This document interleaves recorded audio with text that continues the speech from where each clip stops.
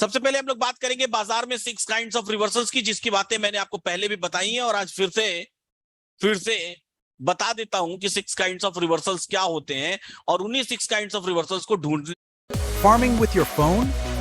But how? और उन्हीं 6 kinds of reversals को ढूंढने के लिए अब हम लोग आगे चलेंगे। 6 तरह के रिवर्सल्स को बाजार में ढूंढने हम लोग आगे चलेंगे। 6 kinds of reversals. 6 kinds of reversals में हम जानते हैं कि बाजार जब भी कहीं किसी सपोर्ट से ऊपर आ रहा होता है और जब अपने रेजिस्टेंस पर पहुंचता है तो उसके रेजिस्टेंस पर हम लोग उसको ट्रेड नहीं करते हैं।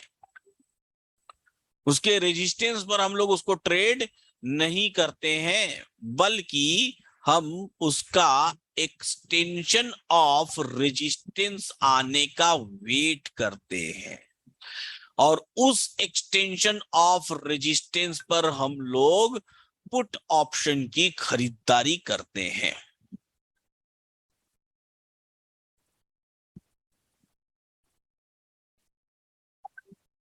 एक्सटेंशन ऑफ रेजिस्टेंस मतलब बाजार जब अपने रेजिस्टेंस से ऊपर निकलता है और एक पर्टिकुलर लेवल तक ऊपर निकलता है जहां से वो रिवर्स होना होता है, उसको वहां से वो रिवर्स होता है, उस पर्टिकुलर लेवल को एक्सटेंशन ऑफ रेजिस्टेंस कहते हैं। उस पर्टिकुलर लेवल को एक्सटेंशन ऑफ रेजिस्टेंस कहते हैं। ऐसे एक्सटेंशन ऑफ रेजिस्टेंस पर आप बाजार में पुट ऑप्शन की खरीदारी या फिर कॉल ऑप्शन की बिकवाली या फिर फ्यूचर में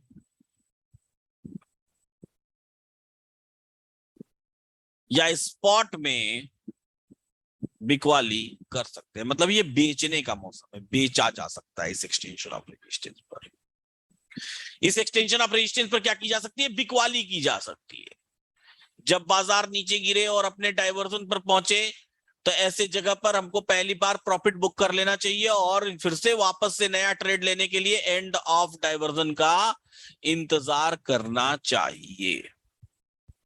एंड ऑफ डाइवर्जन का इंतजार करना चाहिए। डाइवर्जन और एंड ऑफ डाइवर्जन।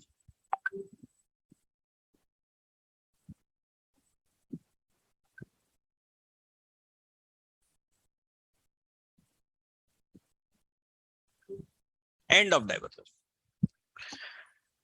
जब बाजार एंड ऑफ डाइवर्जन से अपने सपोर्ट पर पहुंच जाए, जब बाजार एंड ऑफ डाइवर्जन से अपने सपोर्ट पर पहुंच जाए तो हमको इमीडिएटली सपोर्ट पर बाइंग ना करके एक्सटेंशन ऑफ सपोर्ट का इंतजार कर लेना चाहिए। इस एक्सटेंशन ऑफ सपोर्ट पर आप कॉल्स की खरीदारी कर सकते हैं।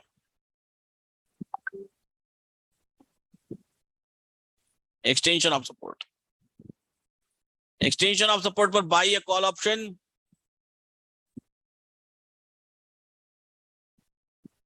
और राइट पी और बाई इन स्पॉट या फ्यूचर। जैसा हमने रेजिस्टेंस से सपोर्ट तक आते वक्त किया कि डाइवर्जन पर प्रॉफिट बुक किया और एंड ऑफ डाइवर्जन पर नया ट्रेड इनिशिएट किया, यही हम लोग जब सपोर्ट से रेजिस्टेंस की तरफ जाएंगे तो वहां पर भी सेम तरीके से ट्रेड करेंगे और रेजिस्टेंस पर पहुंचने के बाद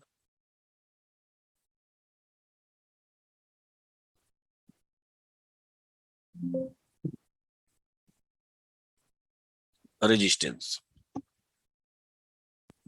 डाइवर्जन और end of diversion, end of diversion.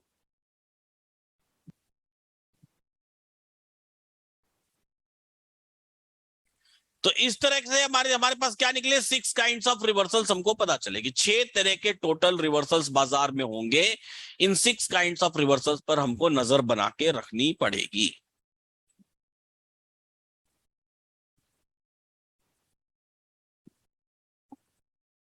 6 kinds of reversals.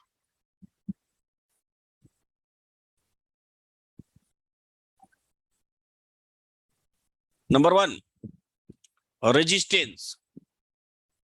Number 2, extension of resistance. Number 3, support. Number 4, extension of support. Number 5, diversion. And number 6, end of diversion. All 6 trades are available into the market. You have to trade accordingly. आपको उस हिसाब से सोचना है बाजार में और उस हिसाब से ट्रेड करना है, उस हिसाब से ट्रेड करना है. तो अब इसमें हम लोग सबसे पहले ये समझने की कोशिश करेंगे कि इन 6 काइंड्स ऑफ रिवर्सल्स को हम लोग प्रैक्टिकली किस तरीके से समझते या ट्रेड करते हैं प्रैक्टिकली. जैसे हम लोग आज के ही बाजार का एग्जांपल ले लें.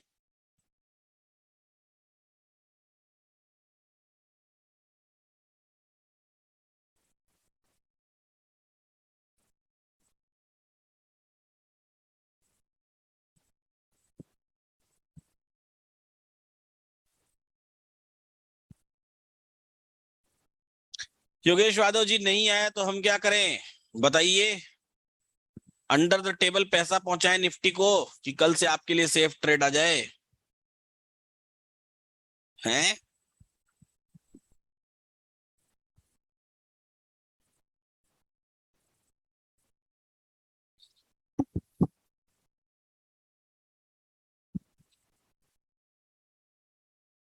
आएगा या नहीं आएगा ये मुझे नहीं पता, लेकिन आएगा तो रिवर्स होगा कि नहीं ये मुझे जरूर पता है. ठीक है ना. एक्सटेंशन आएगा कि नहीं आएगा ये मुझे नहीं पता, लेकिन आएगा तो वहां से रिवर्स होगा कि नहीं ये मुझे जरूर पता है. आई बात समझ में. क्योंकि आना और नहीं आना मेरे हाथ में नहीं है, रिवर्स होना जरूर मेरे हाथ में है. इसलिए हमको अपने प्लेस का इंतजार करना पड़ेगा. आप स्टेशन पर बैठे हुए ट्रेन का इंतजार कर रहे हैं, ट्रेन आएगी कि नहीं आएगी ये आपको नहीं पता, लेकिन अगर आई तो रुकेगी या एकदम फ्लो में निकल जाएगी आपको जरूर पता है. अगर आई तो बैठेंगे, नहीं आई तो थोड़ा ही पटरी पे दौड़ जाएंगे, चलो ढूंढ लेते हैं पटरी पे ही जाके कहीं ट्रेन को. हैं ऐसा तो नहीं कर सकते ना. प्लेटफॉर्म पे बैठे रहिए, इंतजार करते रहिए, ट्रेन आएगी तो ट्रेड करिएगा, नहीं आएगी तो यहां वहां भागने की जरूरत नहीं है, परेशान भी होने की जरूरत नहीं है. जिस दिन आएगी उस दिन ट्रेड करिएगा. ठीक है ना. चलिए अब आगे की बात करते हैं.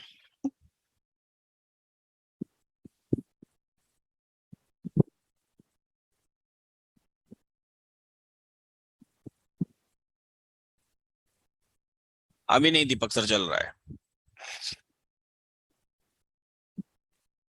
अब आगे की बात करते हैं.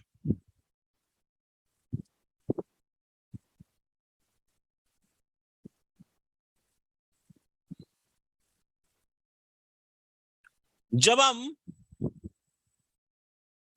ऑप्शन चेन पर इस रेजिस्टेंस या इस सपोर्ट या इस एक्सटेंशन ऑफ रेजिस्टेंस या फिर इस एक्सटेंशन ऑफ सपोर्ट या फिर किसी वैल्यू को देखने की कोशिश करते हैं तो ऑप्शन चेन पर वो हमको कैसा दिखाई देता है, चलिए ये भी हम लोग समझने की कोशिश कर लेते हैं.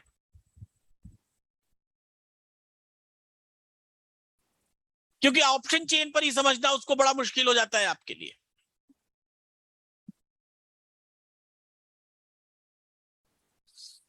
ये हमको ऑप्शन चेन नया नया बड़ा एक्साइटिंग होता है ना.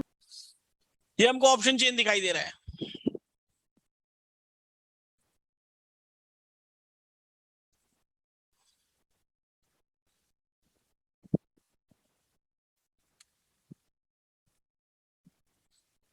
ठीक है.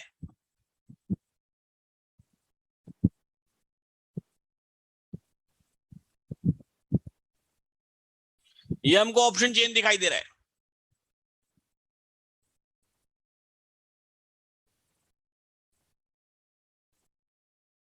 अभी तो मैंने आपको सपोर्ट रेजिस्टेंस नहीं सिखाया कि सपोर्ट रेजिस्टेंस कैसा होता है, लेकिन जो सेम चार्ट मैंने वहां बनाया था 6 काइंड्स ऑफ रिवर्सल्स का, वो सेम चार्ट मैं आपको यहां दिखाना चाहता हूं।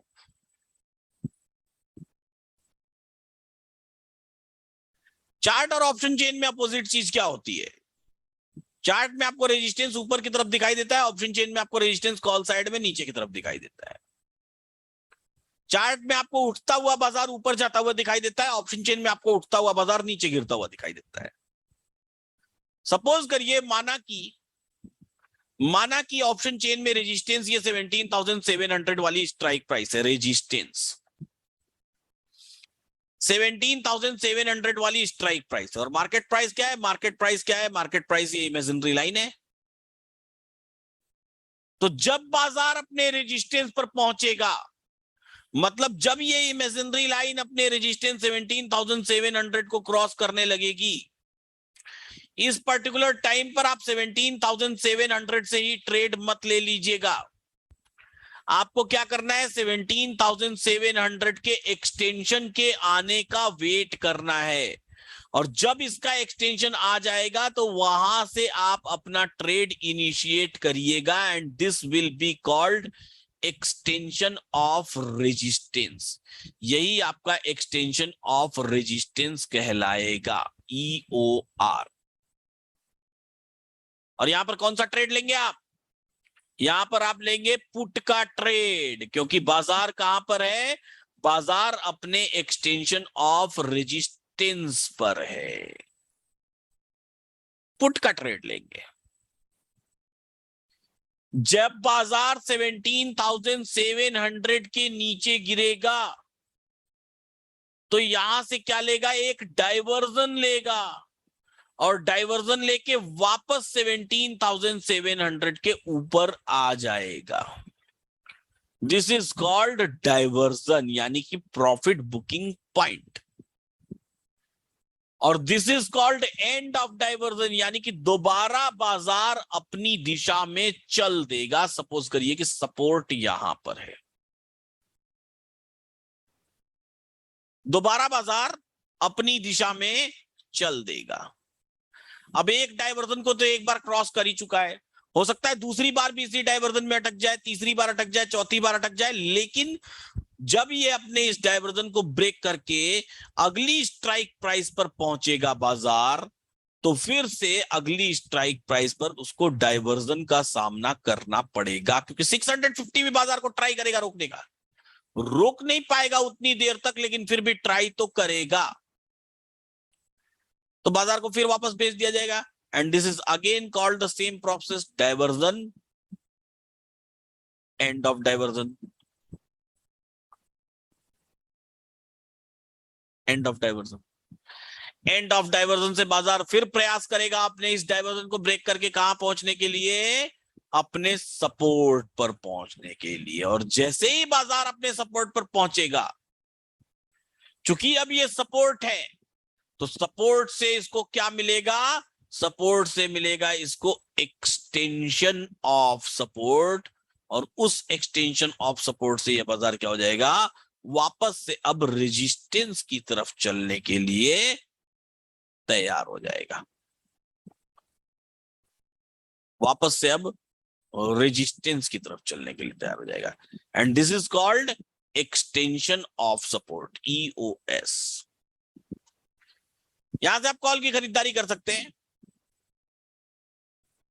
ऐसे ही अगर सपोर्ट से रेजिस्टेंस की तरफ जा रहा होता बाजार, तो एक्सटेंशन ऑफ सपोर्ट से कहां तक पहुंचता? एक्सटेंशन ऑफ सपोर्ट से अपने डाइवर्जन तक पहुंचता, और डाइवर्जन से फिर से रीटेस्ट करने एक्सटेंशन ऑफ सपोर्ट को चला जाता। इस प्रोसेस को हम लोग डाइवर्जन और एंड ऑफ डाइवर्जन बोलते। एंड ऑफ डाइवर्जन से बाजार, इस प्रोसेस को हम लोग डाइवर्जन और एंड ऑफ डाइवर्जन बोलते।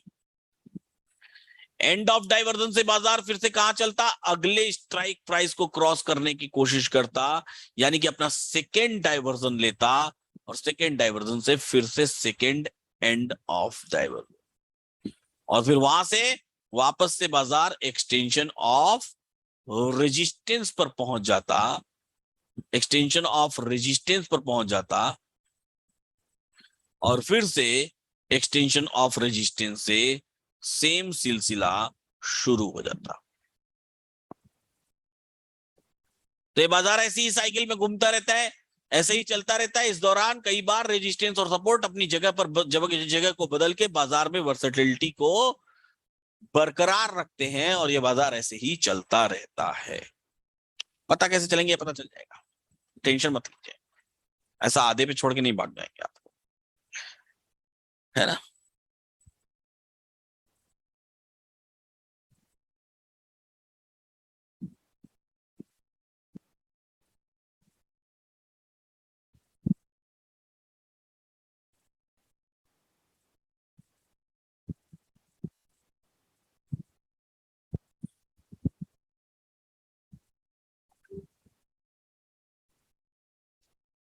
बैक टेस्टिंग चल रही है उसकी सर, पॉल सर।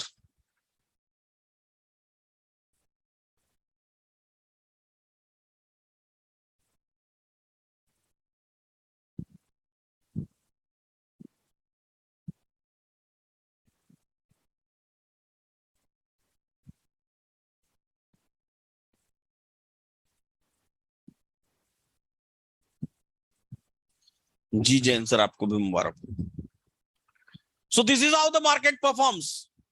तो बीच में हमको क्या मिले, बीच में हमको डाइवर्जेंस भी मिले, बीच में हमको एंड ऑफ डाइवर्जेंस भी मिले, और वो किस तरह के थे ये भी हमको दिखाई दिए। और ऑप्शन चेन पर ऐसा ही बाजार चलता है। ये वाला जो मार्केट है ऑप्शन चेन पर, ये बेरिश साइड है, बेरिश, इस डायरेक्शन में चलता हुआ बाजार टुवर्ड सपोर्ट जा रहा है ना। और ये वाला जो साइड है वो ऑप्शन चेन पर बुलिश साइड है, टुवर्ड्स रेजिस्टेंस चलता हुआ बाजार, ये बुलिश मार्केट है। ऐसा समझ, मतलब ऑप्शन चेन पर अगर बाजार ऊपर से नीचे, ऑप्शन चेन में इसको बोलते हैं बॉटम, क्या बोलते हैं, बॉटम, बॉटम। और ऑप्शन चेन में, ऑप्शन चेन में इसको बोलते हैं टॉप। तो बॉटम टू टॉप जा रहा है मतलब मार्केट बुलिश है, और टॉप टू बॉटम जा रहा है मतलब मार्केट बेरिश है। आई बात समझ में। बुलिश मार्केट इस डायरेक्शन में चलता है और बेरिश मार्केट इस डायरेक्शन में चलता है ऑप्शन चेन में, बेरिश बुलिश, ठीक है, ऐसे डायरेक्शन में चलता है।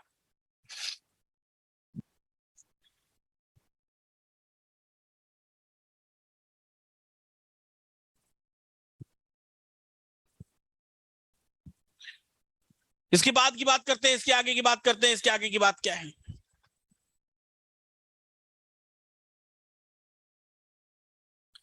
इसके आगे बाजार को हम लोग अगर समझने की कोशिश करें तो अब हमको ये पता चल गया है कि ऑप्शन चेन में हर एक स्ट्राइक प्राइस पर लड़ाई है भाई साहब। कोई स्ट्राइक प्राइस बाजार इतनी आसानी से ब्रेक करके आगे नहीं निकल जाने वाला है।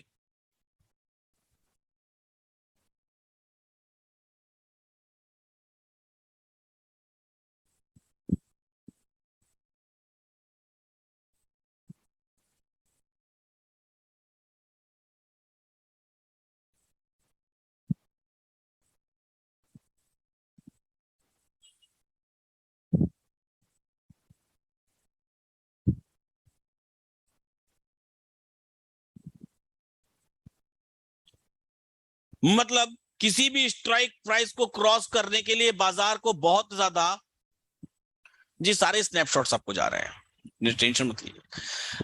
किसी भी स्ट्राइक प्राइस को क्रॉस करने के लिए बाजार को बहुत ज्यादा स्ट्रगल लगने वाला है, स्ट्रगल लगने वाला है।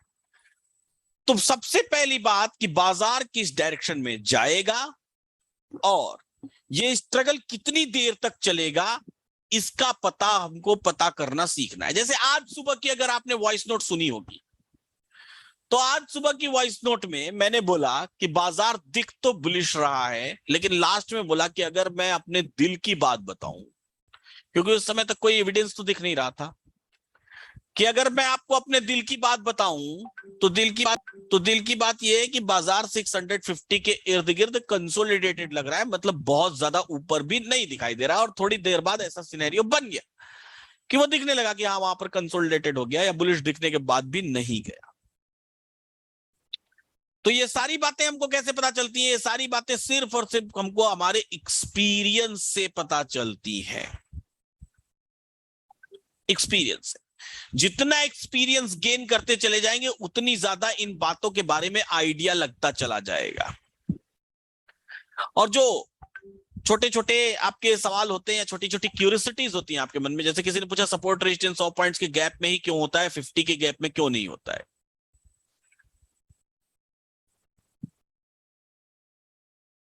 क्योंकि 50 के गैप में जब आप देखेंगे तो लगभग आधी वॉल्यूम्स होती हैं हमेशा, कभी आती नहीं है वॉल्यूम्स। लोग खरीदना बेचना नहीं चाहते हैं, लोग साइकोलॉजिकली लगता होगा या व्हाटएवर जो भी होता हो। जैसे देखिए यहाँ 600 पर सिर्फ 16 लाख है तो यहाँ सिर्फ 11 लाख है, यहाँ 20 लाख है तो यहाँ सिर्फ 7 लाख है, यहाँ 15 लाख है तो यहाँ सिर्फ 5 लाख है, यहाँ 11 लाख है तो यहाँ सिर्फ 3 लाख है। जब वहां वॉल्यूम है ही नहीं तो फिर ट्रेड कहां से आएगा? मेरे जितना एक्सपीरियंस आने में मुझे लगभग 13 इयर्स लगे, तो आपको भी लगने तो चाहिए ना 13 या 26। अरे बोलेंगे प्रसन्नजीत सर टेंशन मत लीजिए। कंसोलिडेशन कब आता है? बिंदी सर ये तो बताया है ना, चार्ट ऑफ एक्विजिशन 2.0। ऐसा एक्सपर्ट होने के लिए सर समय देना पड़ेगा। हेमंत सर नहीं रिसीव कर पाया हूँ। जैन सर आपको भी हैप्पी टीचर्स डे। स्नैपशॉट आपको आपके व्हाट्सएप ग्रुप में मिलेगा। चलिए अब आगे की बात समझने की कोशिश करते हैं। आगे की बात यह है कि इसके आगे की बात कल सिखाऊंगा। उम्मीद करता हूं कि आज आपको बहुत सारी चीजें समझ में आई होंगी। नए लोग पहले अपना बताएं कि कुछ कुछ चीजें समझ में आई या नहीं आई, कुछ कुछ बातें समझ में आई या नहीं आई। नए लोग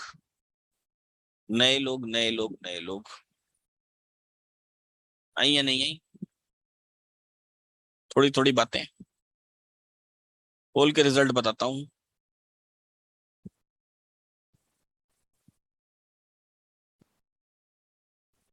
धीरे धीरे सीखते रहिए, धीरे धीरे समझते रहिए, धीरे धीरे मुस्कुराते रहिए। ये एक वीडियो है आपके लिए, देखिए। Ladies and gentlemen, please join us in congratulating Mr.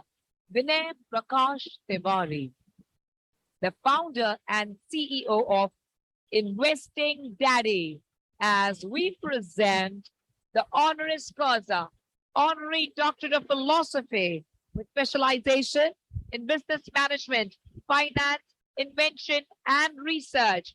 Please join me in congratulating the founder